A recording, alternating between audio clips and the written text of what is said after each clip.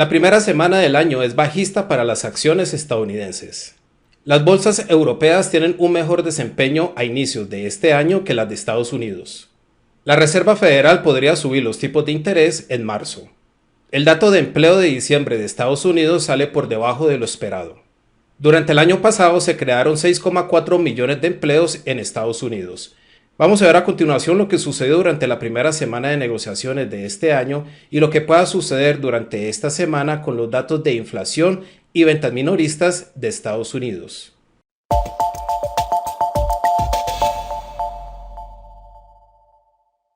Hola, mi nombre es Alexander Londoño, analista de mercados del broker ActiveTrade.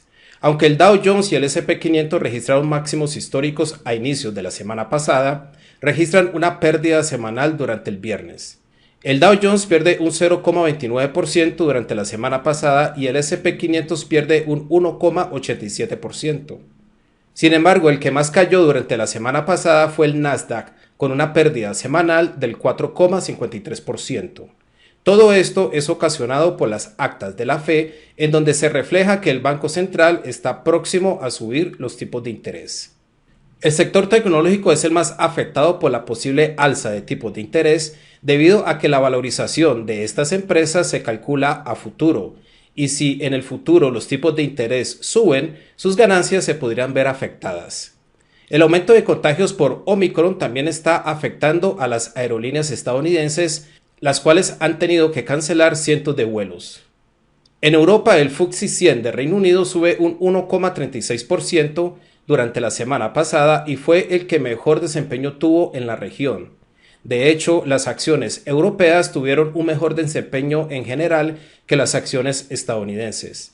El CAC 40 de Francia sube un 0,93% durante la semana pasada y el DAX de Alemania gana un 0,40%.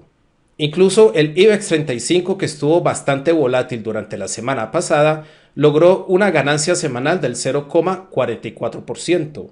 El IBEX 35 también completa 3 semanas consecutivas al alza. El dato de nóminas no agrícolas de Estados Unidos o NFP sale por debajo de lo esperado.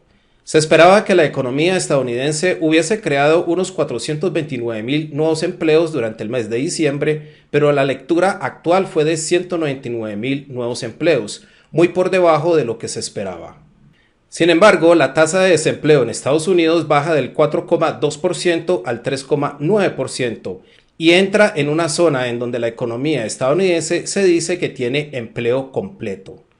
Los salarios por hora suben un 0,6% y esto es señal de que el sector laboral estadounidense se está apretando, ya que los empleadores están teniendo que pagar salarios más altos para poder retener a los trabajadores actuales y atraer a nuevos trabajadores. También hay que tener en cuenta de que el dato de empleo de noviembre fue actualizado al alza y posiblemente el dato de diciembre también lo sea. Aunque el dato de diciembre haya salido por debajo de lo esperado, esto no debería de cambiar la postura de la FED sobre los tipos de interés. Ahora la Reserva Federal se enfocaría más en los datos de empleo de los próximos 2 o 3 meses. Con el dato de empleo mixto del viernes, el dólar se debilita en medio de alta volatilidad. Durante el año pasado se recuperaron 6,4 millones de empleos en Estados Unidos y esta es una cifra récord para el país norteamericano. Sin embargo, todavía falta recuperar unos 3,6 millones de empleos desde antes de la pandemia. Para esta semana el enfoque regresa al índice de precios al consumidor y el índice de precios al productor de Estados Unidos, así como las ventas minoristas. Los datos podrían apoyar aún más a la FED para subir los tipos de interés si llegan a salir por encima de lo esperado. Para el lunes de esta semana tenemos la tasa de desempleo de la eurozona, el inventario de ventas al por mayor de Estados Unidos y las ventas minoristas de Australia. El martes tenemos la comparecencia de Jerome Powell, presidente de la FED, ante el Congreso estadounidense, así como la cuenta corriente de Japón, el índice de precios al consumidor y el índice de precios al productor de China. El miércoles tenemos la producción industrial de la eurozona, el índice de precios al consumidor de Estados Unidos y los inventarios de crudo de Estados Unidos. El jueves tenemos el índice de precios al productor de Estados Unidos, las peticiones de subsidio por desempleo de Estados Unidos y el índice de precios al productor de Japón, así como la balanza comercial de China. El viernes tenemos bastantes datos económicos como el Producto Interior Bruto, la balanza comercial y la producción industrial de Reino Unido, el índice de precios al consumidor de Francia, el discurso de Christine Lagarde, presidenta del Banco Central Europeo, las ventas minoristas y la producción industrial de Estados Unidos, datos también bastante importantes para esta semana, así como el sentimiento del consumidor y expectativas de inflación de la Universidad de Michigan preliminar. Vamos a ver a continuación algunos de los activos que acabamos de mencionar para ver cómo se comportaron durante la semana pasada y los posibles movimientos que tengan para esta semana. Tenemos el gráfico diario del Dow Jones y vemos cómo el Dow Jones completó 3 sesiones consecutivas cayendo durante el viernes pasado. De continuar cayendo durante esta semana, es posible que la zona de los 36.000 puntos cambie de función de resistencia a soporte. De regresar al alza, los 36.500 puntos podrían actuar como resistencia, pero de romper por encima de ese nivel podría volver a visitar los máximos históricos un poco por debajo de los 37.000 puntos.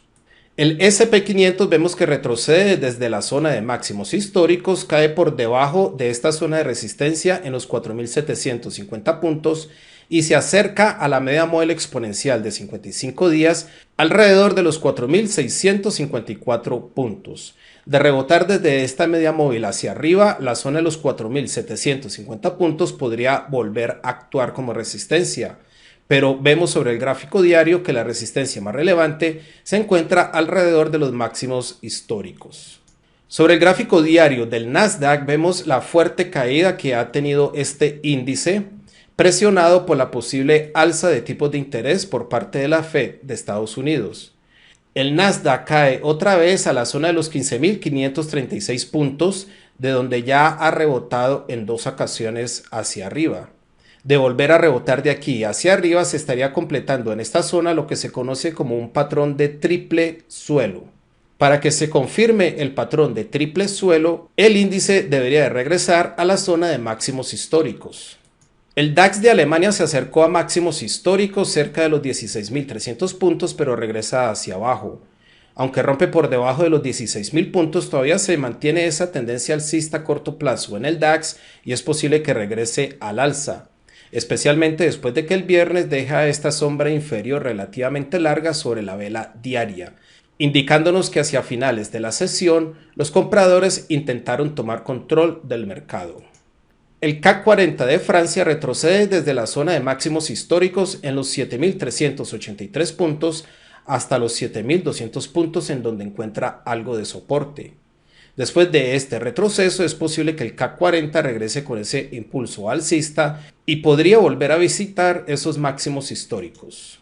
El IBEX 35 de España vemos que durante la semana pasada estuvo bastante volátil, retrocedió hasta la media móvil exponencial de 200 días y 55 días en los 8.680 puntos, pero de aquí rebota otra vez hacia arriba e intenta regresar con esa tendencia alcista, pero se consolida alrededor del 61,8% retroceso Fibonacci de esta caída que tuvo el índice. Desde aquí es posible que continúe subiendo, pero la zona del 76,4% retroceso Fibonacci en los 8.930 puntos podría actuar como resistencia, seguido por la zona de los 9.000 puntos. El euro frente al dólar sigue consolidado, oscilando alrededor del 1.1300. Después de esta consolidación que hizo la paridad acá atrás y después de haber rebotado desde la media móvil exponencial de 55 días hacia abajo, la paridad registra un nuevo mínimo. Sin embargo, aquí abajo todavía continúa consolidada y vuelve a visitar la media móvil exponencial de 55 días, la cual estuvo actuando como resistencia recientemente, pero en esta segunda visita aumentan las probabilidades de que la rompa hacia arriba. De romper hacia arriba esa media móvil es posible que el 1.1400 actúe como resistencia, aunque su resistencia más relevante se encuentra alrededor del 1.1500, que fue la parte inferior de esta consolidación. Así como el euro frente al dólar ha estado bastante consolidado, el índice del dólar también se consolida y oscila alrededor del 9600. Durante la sesión del viernes se debilita el índice del dólar, pero es posible que la media móvil exponencial de 55 días actúe como soporte. Hacia arriba, la zona del 97.00 podría actuar como resistencia para el índice del dólar. Sobre el gráfico diario del petróleo WTI vemos que el commodity sube hasta el 80.00 en donde encuentra algo de resistencia. Es posible que intente rebotar de aquí hacia abajo, pero la tendencia alcista a corto plazo todavía se mantiene y de continuar subiendo la próxima resistencia podría estar alrededor del 82.00. De retroceder hacia abajo, esta zona del 76.92 podría actuar como soporte para el petróleo WTI. El petróleo Brent también ha tenido movimientos bastante parecidos al WTI, pero rompe por encima del 81.00 y por encima del 76,4% retroceso Fibonacci de esta caída. Es posible que se consolide encima de ese 81.00, pero un poco más arriba podría encontrar una resistencia en el 84.00. De regresar por debajo del 81.00, la zona del 78.00 junto con el 61,8% retroceso FIBO y la media móvil exponencial de 55 días podría actuar como soporte para el petróleo Brent. No se olviden por favor de darle like al video y suscribirse a nuestro canal de YouTube, donde podrán encontrar diferentes videos educativos e informativos que le pueden ayudar en su operativa diaria.